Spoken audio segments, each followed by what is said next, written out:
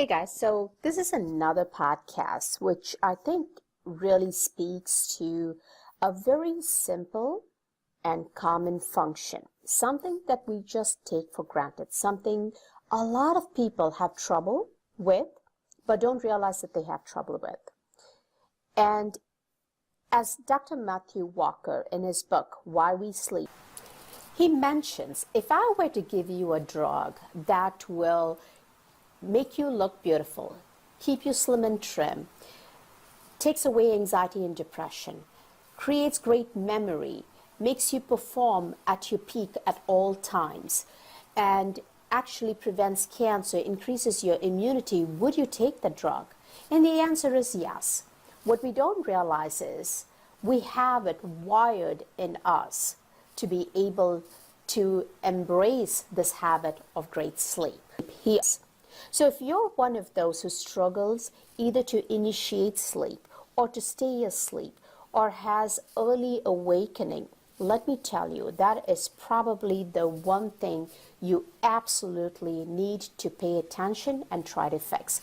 Not by taking a sleeping medicine, but by looking at your habits that might be feeding into the insomnia or habits that might be keeping you awake without your knowledge or keeping you in a state that you feel, hey, I just need 5 or 6 hours of sleep. And that is not true. So what you will understand from this podcast and the show notes, a couple of things. How crucial sleep is for our metabolic processes. How crucial sleep is for our beauty. How crucial sleep is for our performance, both mental and physical.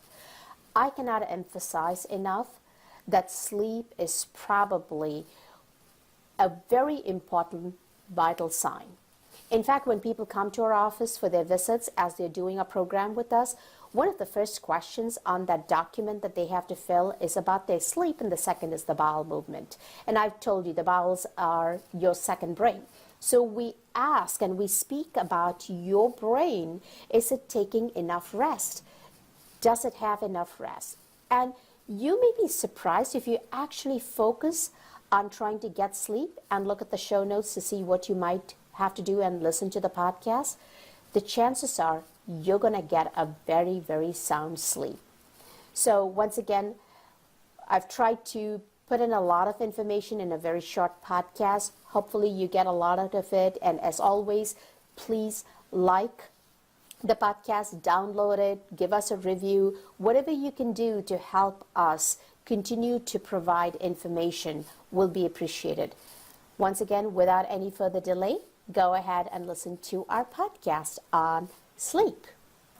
So we're going to talk about sleep. And a lot of times, one of the things that the reasons why I wanted to bring up sleep was 2 weeks ago, I was down with the flu, right? And I have been whining about how it's disrupted my sleep.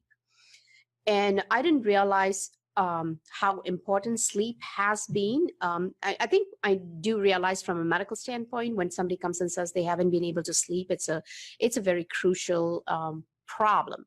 But why do we even sleep? Because I remember the very first years of medical school, one of the things that we were taught as medical schools, I remember being a first year clinics, so which means I finished my 2 years of basic sciences and I was going into the clinics.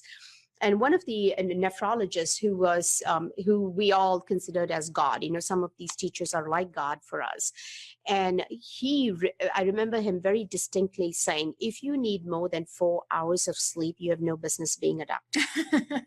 So that's my excuse. Right. That's the only thing. And I remember thinking, oh my God, 4 hours of sleep. And I struggled all those years to try and get it to 4 hours because I took his word as gospel. And, you would be surprised the number of executives in various companies.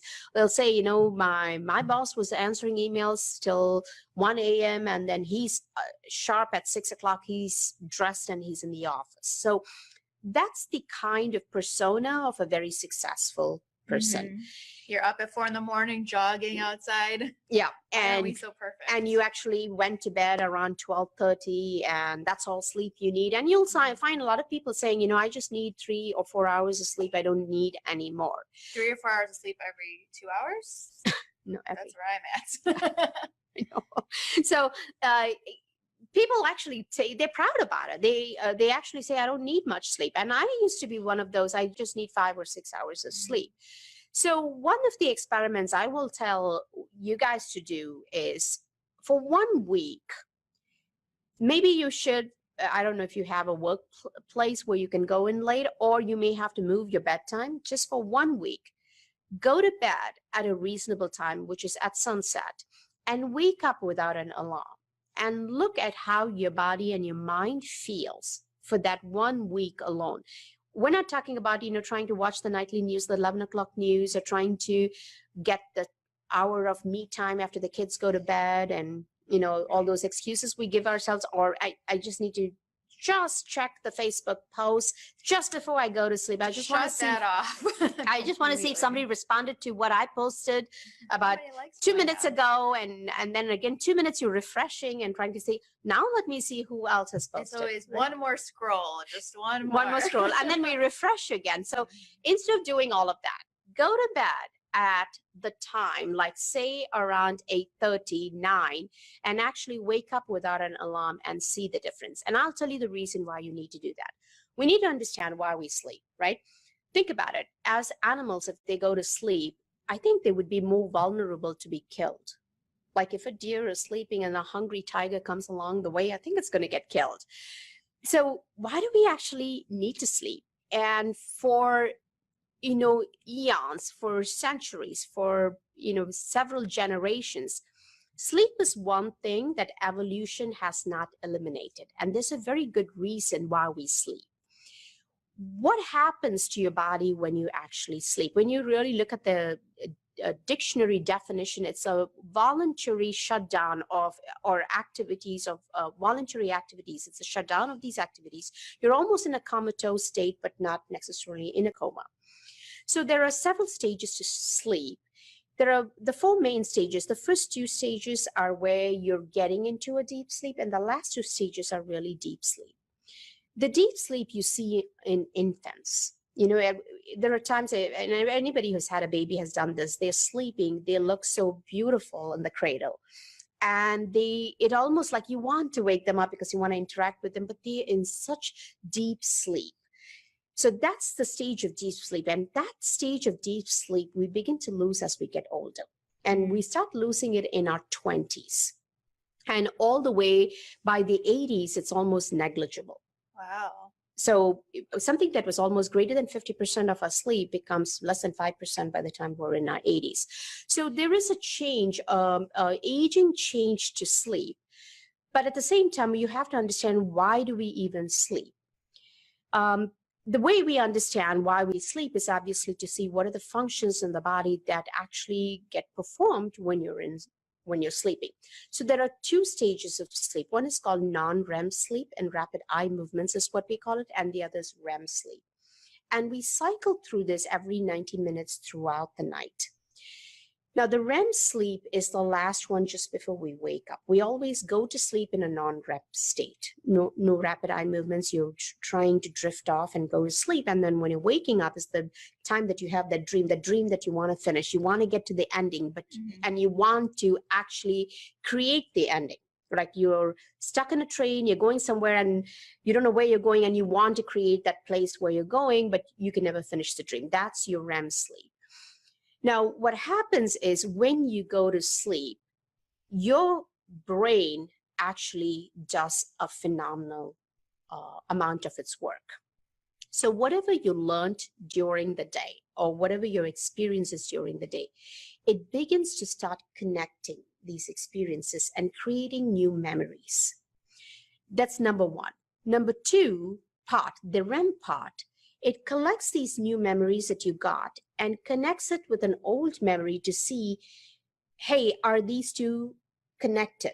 It's like a Google search page, right? You put you search for something. The first 3 searches are exactly what you're looking for, and the last 25 pages are irrelevant stuff. But when you dig into the article, it's relevant to your search.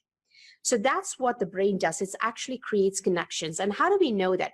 People who do not sleep on a regular basis in the nighttime, which are shift workers, pilots who go through different time zones, air hostess, what they find is their memory is, their retention is poor because their sleep is so disrupted. That's number one. Number two is when they see students who actually pull all-nighters to study and say, I'm going to cram in everything so I can remember, you actually remember less when you sit for the exams. Somehow your brain, the connections don't happen. And the other reason this is very important is we always say, have a bedtime routine. So if you're watching a horror movie and then trying to go to bed, you will have the most disturbed sleep ever. Yep. You get that? And that's why it's very important to do pleasant things before your bedtime, because your brain is the most active. The other thing that you need to understand is when you go to work, like a big office building, you'll find that everybody gets out by 6 or 7, right? And then after about an hour, the lights come on, little lights. What's happening? It's actually the janitor that's getting into the building, cleaning out, emptying the garbage bins and vacuuming the floor or dusting, whatever it is. That's exactly what happens to our brain. When we go to sleep, we have the glial cells in the brain that actually, the cerebrospinal fluid, that is washing the whole system out. And what does it do when it's washing? It takes away the broken down cells or dead cells. And the lysosomes, which are, we call the janitors of our body, they replace nutrients for the multiplying cells. When you don't give rest to your brain, none of this happens. So you basically just don't even make new connections in your brain, essentially. Your memory is gone. So when people say, I don't remember things as well as I used to, I always ask, how's your sleep? Sleep more. It's really trying to get to sleep more. And the commonest complaint is, I try to sleep, I try to get into bed, but I don't sleep. But I sit on the sofa, watch TV, and I fall asleep, right? So one of the things that, the reason that happens is you've made it a habit. And we are creatures of habit. If I sit for me, I go on a car ride and my husband tells me I'm the worst passenger ever. I will just doze off. I can never be a good passenger, keeping the driver awake. It's like, for me, that's my lull. Any time of the day I could go to sleep if I'm in a moving car. Some of us are built that way. But in general, if you make it a habit to sit on the sofa, watch TV and doze off, and that's your sleeping time, and then you get up and say, okay, maybe I should get to my bed, you become wide awake, you've created a new habit. So what you need to do is, if you get to bed and you're wide awake, and they say this all the time, if you're wide awake in bed, don't try to get anxious, tossing and turning, trying to sleep. Get up. Get up and do something light. Don't go back and watch TV. That's not what you should be doing. You should be reading a book, or you could do some needlework, or you could just sit there and breathe. I mean, do something that relaxes, or listen to music. Something that's relaxing, not hip hop or rock and roll, but you want to listen to something that's very relaxing. And the minute you begin to feel the drowsiness, go back to bed. That's what needs to happen. So sleep is very, very essential. Your deep sleep is very essential. There are other things that disrupt the sleep besides our lifestyle. The most important and the most missed one is sleep apnea. Sleep apnea is where you go to bed, you're snoring, and you're tossing and turning. You may not remember it, but the person in your room wants to go to a different room to sleep because you're just making such a racket with your throat. And if that's the case, please make sure you get your sleep study done. People don't give enough importance to sleep apnea. Sleep apnea is one of the commonest causes of high blood pressure. It's the commonest causes of congestive heart failure, and it's a common cause of sudden death in a lot of people. So sleep apnea needs to be diagnosed and treated very, very early. A lot of times it may be just weight loss, but a good number of times it's the anatomy of your jaw line and how relaxed you are. So let's say you go to bed. What can you do to get yourself to go to sleep? And first of all, let's look at why we need to sleep. Besides the fact that your memory improves, one of the things that they find is when you give somebody a flu vaccine, and if they haven't slept a week prior to the flu vaccine, they don't develop antibodies against the flu vaccine. Wow. So your immune system actually is less when you don't sleep. So you are susceptible to more viral infections. So when your immune system, the innate immunity gets broken down because of a lack of sleep, you're putting yourself up for infections. So if you're one of those who gets frequent colds, frequent infections, check and see what's happening with your sleep. There's a question here. I have a question, and my question is, can we compare night sleep and day sleep? Yes, we can compare. I'll get to that in a minute. So not only your immune system goes down, the second one that happens, which we find, is most diabetics. In fact, if you go to your doctor's office for your annual physical exam after a poor week of sleep because you've been traveling all over the place, you will be found to be insulin resistant. Mm-hmm. So it actually creates metabolic abnormalities. And does that through like more of a hormonal pathway, right? They find the pancreas, the beta cells, don't respond to sugar. And they're not sensitive. So normally if you inject sugar into a person and if you ask them to eat sugar, the eating sugar actually creates a better response. But when you don't have enough sleep, that whole automated pathway from the mouth to the gut, your pancreas does not get the signal. So there's something wrong with the signaling pathway when you don't sleep effectively. So you get more metabolic syndrome. Now, the other very frightening thing, remember I said when you sleep is when the body clears out all the garbage cells. You're at a higher risk for cancers when you don't sleep. Oh, I never heard that one before. Yeah, so I think that's very powerful, right? Mm-hmm. Just knowing, and I find when people come to me with advanced cancer very young, usually they've had a very stressful life. Steve Jobs is a classic example. With pancreatic cancer, probably the man never slept, and he probably expected the same of his employees. Elon Musk is another huge one. I don't know any of these people, so if by any chance they hear, I'm sorry, but I feel like they're pushing themselves to the point where their system is going to break down. I feel very like culturally too, it's like a good thing not to sleep and just to always be doing and running around. Yeah, and I think we promote that. We expect our doctors to be that way. I used to feel that when I was running my private practice, when people would call you at 2 a.m. and say, I just have a stomach pain. Do you think I should go to the ER? As much as I've never been rude to patients, but that is very what can I say? Sometimes we don't realize you want your healer to actually have rest. Mm-hmm. And a lot of people don't realize that their doctors are human beings. That's why ERs are there. That's why urgent cares are open late in the evening. And it's almost like, and that's what is expected of the profession. So to give you an example, when I did my residency, we didn't have a residency union. It was a few years after I graduated that the union was formed. We had 33 people in our residency, in my class. 32 of us had what we call post-call accidents. In other words, after we were on a night shift, which was usually 36 hours nonstop working, we would drive home and each one of us had an accident. So that's, in fact, sleep deprivation causes more accidents than alcohol itself. Yeah, I do remember learning that back in driving school. Yeah, and that says a lot about the impact of lack of sleep. So let's look at our shift workers. This is where the daytime, nighttime also comes. Shift workers in particular, apparently there are 40%, and in a good reference book for people who want to learn a little more about sleep is Why We Sleep by Dr. Matthew Walker. And a lot of the papers he refers to, are available on PubMed too. But in general, this is what they find in the general population. 40% of us are what we call early larks. We wake up in the morning, and that's our rhythm. They call it the chronological type. What is your time? Your circadian rhythm. What is your rhythm? Your rhythm is you wake up in the morning, but you get to sleep earlier in the night. So I'm one of those. I can watch a night, what do you call those nighttime movies? Late night shows, late night movies. The talk shows. Like Saturday Night Live, I'll always see the opening and I'm done.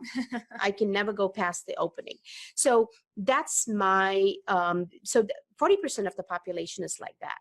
There's just 30% of the population that are called night owls. They actually get active in the nighttime, which means they go to bed only by 1 a.m. That's their natural rhythm.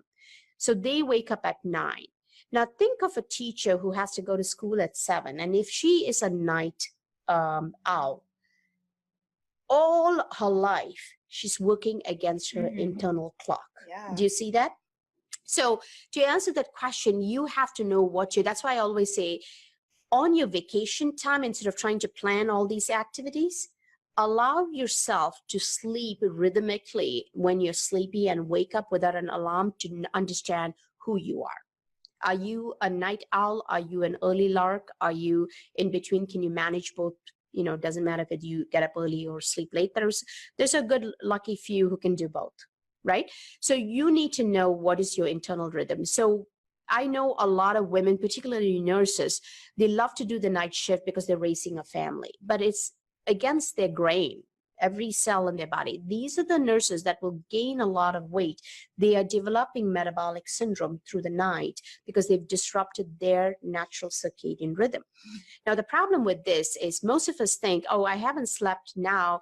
I probably can sleep later. I can catch up on the weekend. So I'm going to sleep in. This is a debt that accumulates with interest, and you can never pay this debt off. I cannot emphasize why it's very important for us to actually hone in on our sleep rhythm and actually get to bed. So a couple of things that you have to do is, number one, we all know about light, right? We talk about having bright lights during the day and less light at night. And what does that really mean? Look at your sunrise. Our sun rises now, I think, closer to 7 a.m. I don't think it rises before that, because I get up at 5, 4:35, and it's almost dark for 2 hours after I wake up. So I think it's around 7:05 right now is the sunrise. And it's setting around 6:37 now. So we have 12 hours of sunlight. I don't put lights on in my kitchen till it's 7. So with sunrise, you bring in all the overhead lights, get your rooms bright, open the shades, get the place bright, because your brain knows, you know what, it's daytime. I got to wake up. And what happens is, a couple of hours before your actual waking, you will wake up. Most of us do. I know I wake up before my alarm, though I set an alarm, and the minute I wake up, I know it's exactly 3:45. I will know if I look at the clock. I've done this every time. That's my internal rhythm. Remember the guy who told me I had to sleep only 4 hours? He got me this habit, right? So 3:45, I'm waking up, but by 9 o'clock, I know I'm ready to go to bed. So one of the things that I've learned over the years about sleep is not enough that you keep yourself bright, all the windows open during the daytime. As the sun is setting, you need to shut all your overhead lights. First of all, you'll save on electricity. There you go. Yeah. And second, you will be in rhythm with your body's hormones. So shut off all overhead lights. There's absolutely no lights, technically speaking, but you can have what they call the orange lights. They are like orange or red lights. They're made by Philips, and you can put them in lamps. Just put little lamps so you're not stumbling over things in your home. But have them in what are the main areas most of us walk around in the house? It's usually your kitchen, your dining room. If you have kids, they're probably doing work in their dining room, not in the library, not in the study. And so you're probably going to need area lighting in that, but small. But never put the overhead lights in the night. This is where you confuse your body. When you have those lights on, your body has no freaking clue whether it's daytime or nighttime. So look at the rhythm outside, look at the rhythm inside. So if you start dimming down your lights around 5:36, and by 8, you just have these orange lights, and then hopefully you've done your dinner by then your body is also, the cortisol is going down, and you're getting ready to go to bed. So what happens to somebody who has struggled to go to bed for years because of poor habits, and usually comes from college times, right, where you're drinking late into the night and then partying all the way up to 1, and then you decide you're going to you want to have a better rhythm, and you've never gotten back your rhythm. One of the things to do is I say have a real cold shower, where you turn on the shower and Uh-huh. it is really cold, and then slowly increase it to a warm shower where it's really warm. You're looking at 100 degrees of temperature of the water. So it's totally warm. It's so warm that you can feel flushed. And then when you get into your warm bed, you actually will go to sleep much better. Oh, okay. At night, I thought you were talking about it in the morning. No, at night, just before bedtime. In fact, if you can have a bath, that's even better. If you can actually soak yourself in Epsom salt, the magnesium, and the warm water. What happens is when you expose yourself to warmth, the body's trying to get rid of the heat. The core of the body cools down. And we find it's not only the light, it's also the drop in temperature that is going to help us go to sleep. The drop in light will increase melatonin. Melatonin, we know, is derived from serotonin. Serotonin becomes melatonin. Melatonin is stimulated by darkness of the light, and the cortisol is going down, the melatonin is rising. So for the melatonin to rise, you need to have darkness. So you're going to have to shut the lights down, and then slowly, as you get into bed, in fact, your bedroom should not have any lamps or overhead lighting. You just have it as a dark place. You just put these lamps. And if you can have this warm shower and then get into a nice cool sheets, you will sleep really well. So it's almost like a foreplay to go to sleep. You got to take care of your body, got to listen to it. You can't have this huge tub of ice cream, watch TV, and then try to go to sleep. That's not going to happen. That is like kicking your body and saying, okay, go to sleep. And it's not going to happen. So lunch to your meal, the nighttime meal, in fact, should be earlier, about 3 hours before your actual bedtime. When you go to bed, you don't need a snack. Even if you're a diabetic, let me tell you, if you know how to adjust your insulin, you don't need a bedtime snack. I think the bedtime snack disrupts the cleaning of the brain. So try to avoid a bedtime snack. Know your body. I always say, create health. Don't try to manage disease. How do you create health? You got to sleep really well. So when you get into the bedtime, you've already put in 3 hours effort to make it easy for your body to actually get a shut eye. Does that make sense? Yep. And then when you go through it, the other thing which you have to remember is sleep disorders besides the sleep apnea is the sleepwalking. So during the REM sleep, the last part, one of the things the body does is it's making these connections during REM cycle, connecting your current memory to a previous memory and creating the correlations, and therefore your intelligence actually improves. During that time, your body is actually paralyzed. And why is it paralyzed? Because during REM sleep, imagine if you're running from a tiger, and if your body is not paralyzed, you will enact that running. And imagine getting out of your bed and running, and if you have a balcony, you run off the balcony and jump, and it can be very tragic. So sleep disorders that actually do not paralyze your body, where you sleepwalk and sleep do stuff, that's a serious disorder too. That needs to be addressed, and we need to see what are the things that are causing the inflammation and the disruption of this pathway or this rhythm of sleep. A lot of times when you have sleep disorders, sometimes it's an acute emotional distress. A lot of times it's acute emotional distress, and that's okay. I mean, you've lost a loved one. You're not going to be able to sleep for days together, and that's fine. Let the body finish the grief, and the grief never goes away, but it gets better with time.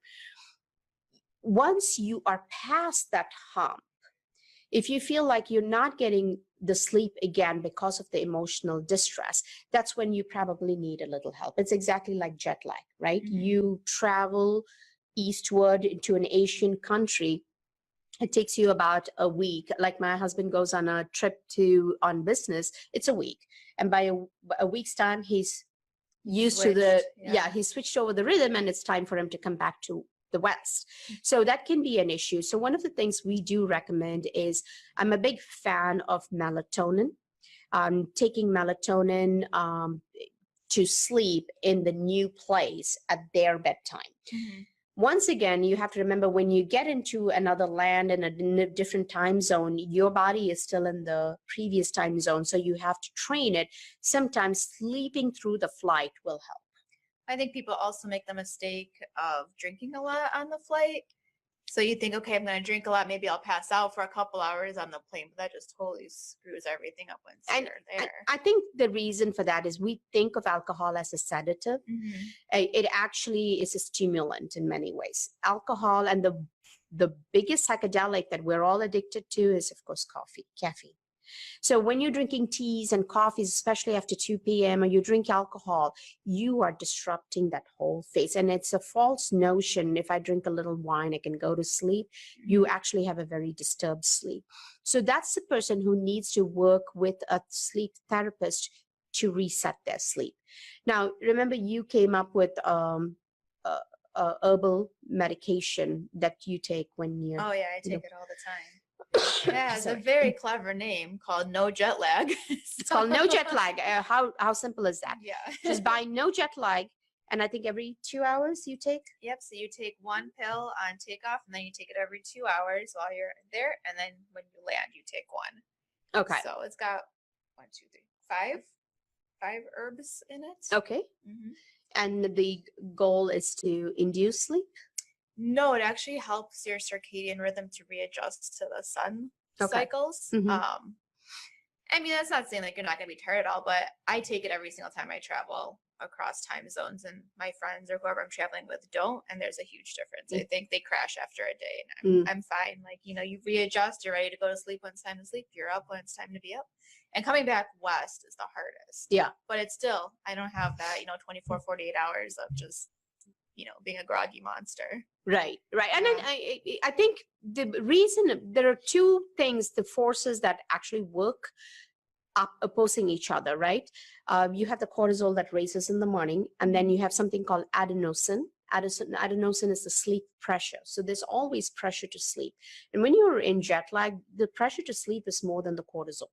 So there has to be a way you have to raise your cortisol. And I'm assuming these herbs, that's what they do. Somehow they increase your cortisol levels and decrease your sleep pressure, which is the adenosine. And that's something that happens. If you're one of those who sits in a doctor's office and you're waiting and you actually doze off in the waiting room, you have a serious sleep problem, because your cortisol is at its peak between 8 a.m. and 12 noon. And then it starts waning down and your adenosine goes up. So if you're actually dropping off asleep because you just have nothing to do, you need to make sure you get your sleep adjusted. And I can't emphasize, guys, diabetics, particularly people who are struggling with weight, people who are struggling with energy, you got to get your sleep study done. It may be underlying sleep apnea that you haven't been diagnosed with, or it could be you're not getting enough depth of sleep because the stimulants you drink throughout the evening. And you may not even know. You may say, hey, it's just 1 cup of coffee at 5, but anything after 2 p.m. might be too much. So I think being aware that you have a problem is the very first thing. Adjusting and saying, I need 6 hours of sleep, which I did for a long, long time, till I realized, and now with this recent thing of the flu, and I haven't really had that deep sleep, I realized what a good sleeper I was. And when my sleep was disrupted, I'm like literally not feeling myself. So sleep is extremely important. It's actually a vital sign. It's a vital function. It enhances your performance, mind-wise and even body-wise.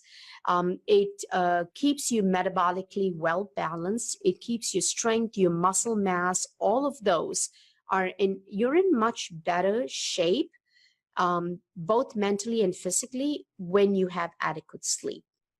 So if you're struggling to sleep, the other thing is, what do? We go and tell our doctors, I can sleep, and you get a sleeping pill, and then you say, you know what, I actually sleep better. That's like as good as drinking an alcohol. Most of these sedatives, they find, because they disrupt melatonin, there's a lot of disruption, there's an increased incidence of cancer.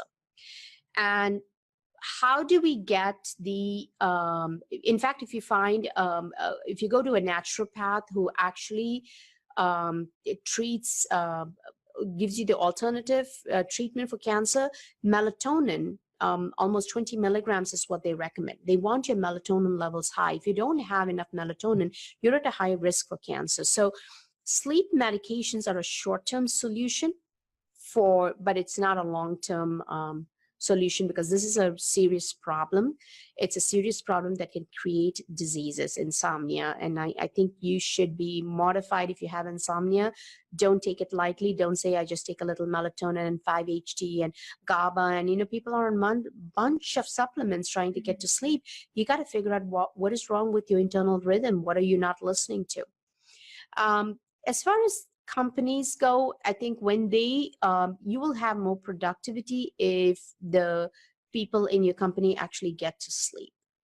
And if you are one of those who needs to support a company across the ocean, we've had clients who've actually support the Asian branch of their company, and their hour starts at 3 a.m. Yeah. Right. And they work all the way up to 3 p.m. with meetings and other stuff. They were also very tough folks to actually help, because till they realized how important and essential sleep is, which means they needed to sleep at 7 p.m. the previous night so they can get in 8 hours of sleep before they are up and supporting, that branch of their company. So early morning workers and night shift workers are at a higher risk for sleep-induced disorders. And then in some cultures, particularly I think in the Mediterranean, even in the Indian culture, the Asian culture, people nap in the afternoon. I was just going to ask you, what about naps? Yeah. Your siestas? Siestas are actually very good. They're very powerful, but siestas are really siestas. They're half hour. If you're one of those that goes to bed and cannot wake up for 3 hours, you have a sleep deprivation problem. Most people will do a quick nap for a half hour to 1 hour, and they actually wake up feeling refreshed. If you're sleeping for 3 hours and you're dragging yourself and then you're not able to sleep at night, that is a problem. Yeah. Right? So I think that's the other balance that you have to create, where you're actually napping and you actually wake up refreshed from the nap. In fact, I think some of the companies have napping places. You can actually go and nap pods. Yeah, you can go actually nap and come back, and you're more productive at work.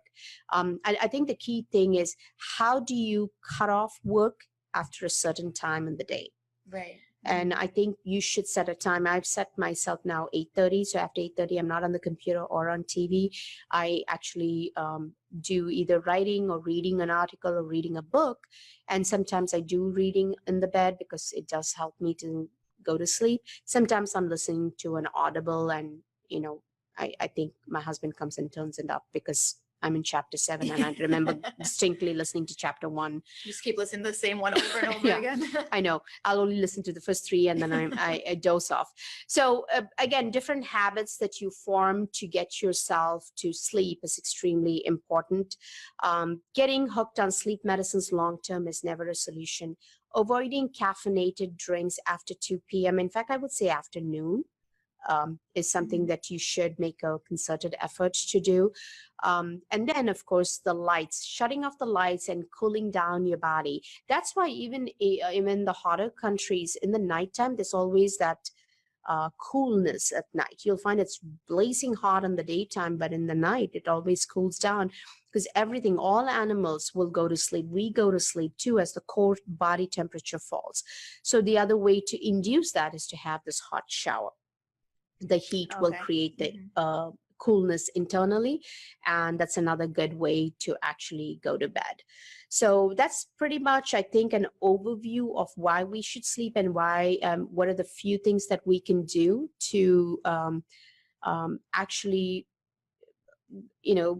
understand our sleep rhythm. And then the other thing is, know your sleep rhythm. If you're a night owl, maybe you need to find jobs that'll maybe you're a night shifter, and you probably, and then if you're a early morning person, you should probably not do the night shift, and you should and I think as people age, they do make those changes because they realize that certain things take a toll on them. But do it effectively, be aware, and like I said, a practice like ours always teaches people to connect with their own body, their symptoms. It's not about what other people do, it's about what you need, right? And if you have a disease process, especially metabolic syndrome or diabetes, we always talk to you about your sleep, because inflammation of the brain is a huge portion of why we never sleep. And inflammation comes when you have an underlying infection, or you're not eating the nourishment, or you're eating at the wrong time, or you're constantly having a cortisol surge because you're constantly stressed. Your life is stressful. So those are all the things. So there are a lot of modifiable factors in life that you can bring into play, but make sleep like a rhythm. It has to be very rhythmic when you're going to turn off the electronics, if it's possible, 2 hours before bedtime, eating 4 hours before bedtime, making sure you're hydrated, and then making a sleep like almost a religious ritual where you're showering, getting into bed, and having no electronics. Unless you are one of those who needs to answer emergency calls in the middle of the night, there's absolutely no reason for you to have a phone in your bedroom. There's this thing called an alarm clock I've heard of before. I'm not a big fan of alarm clocks because, again, you're trying to wake yourself up. You should. It's not a phone. Yeah, it's not a phone. That's true. But people tell me for a large number of reasons why they need to have the phone. They have teenage kids and they want to maybe available if they're calling and all of those things. I mean, there are different reasons why we have, but what happened to those moms and dads when we didn't have cell phones? How did they manage? So we're just going to have to create boundaries so we can actually sleep. And the most important thing, this is the one deal breaker: no TV in the bedroom. Oh, yeah. I cannot emphasize that. There's nobody who needs to lay down in bed and watch TV. The news is not going to help you sleep. Absolutely. And nothing else. Even if you say, I used to say, I want to watch a comedy show, I want to laugh and sleep. Yeah, I can go and watch the comedy show and 2 hours later go to sleep. I can still do that. It's a journey. And if you are like very disrupted, take the first step is be aware that sleep is a very vital function, and it's vitally important for your brain function, for your memory, for your well-being. And once you look at it that way, just like, I mean, we all look at food as something, oh my God, if I don't eat one meal, they're going to die. No, you're not going to die. If you fast, you will actually be better. And during fasting is your sleeping time. So don't get into that fridge at 10 o'clock and have a little scoop of ice cream just because you're hungry. Or bored. Yeah, usually people eat because they're bored.